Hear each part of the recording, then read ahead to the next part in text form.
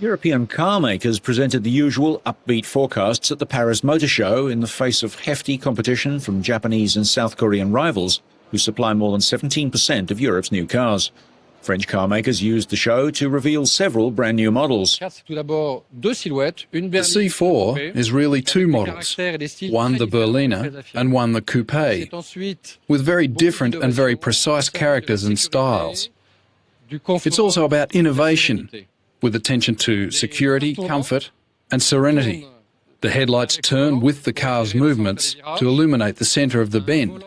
It has a steering wheel with fixed central controls, so the centre doesn't turn. All the commands for functions, the radio, telephone, GPS video screen, etc., are all on this fixed centre. An airbag is fitted, and the steering wheel has a shape adapted to the body form of the driver. Peugeot took the wraps off its stunning Super Coupe concept, the 907. This V12 engine two-seater is a GT coupe created with reference to the past, the present and the future, says Peugeot, the archetypal touring car. The design team's fantasy project, it's fitted with a 500 brake horsepower 6-litre V12 mounted longitudinally behind the front axle, with a 6-speed gearbox mounted just ahead of the rear axle for best weight distribution. Styling features include a glazed panel set in the bonnet, giving a view of the engine, a full-length glass panel on the roof meeting the front and rear windscreens, plus a retractable rear spoiler. The 1007 is their two-door city car, just 3.7 metres long. The neatest feature is the twin electric sliding doors that give easier access in tight city parking areas. There are 12 18-piece interior kits that change air vents, seat covers and door trims to make a semi-customised interior.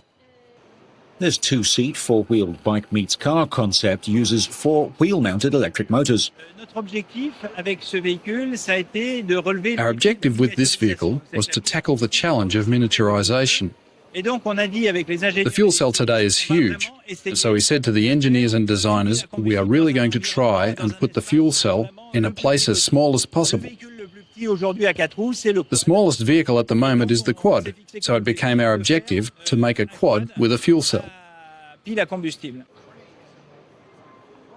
Renault's concept car, the Fluence, is an upmarket 4-seater sports coupe with a front-mounted 3.5-litre V6 engine.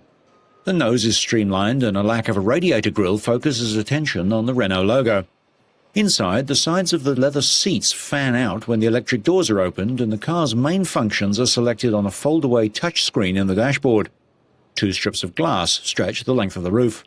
Strictly a concept, Renault has no plans to put Fluence into production, but its design will influence other new Renaults in the next 2 or 3 years.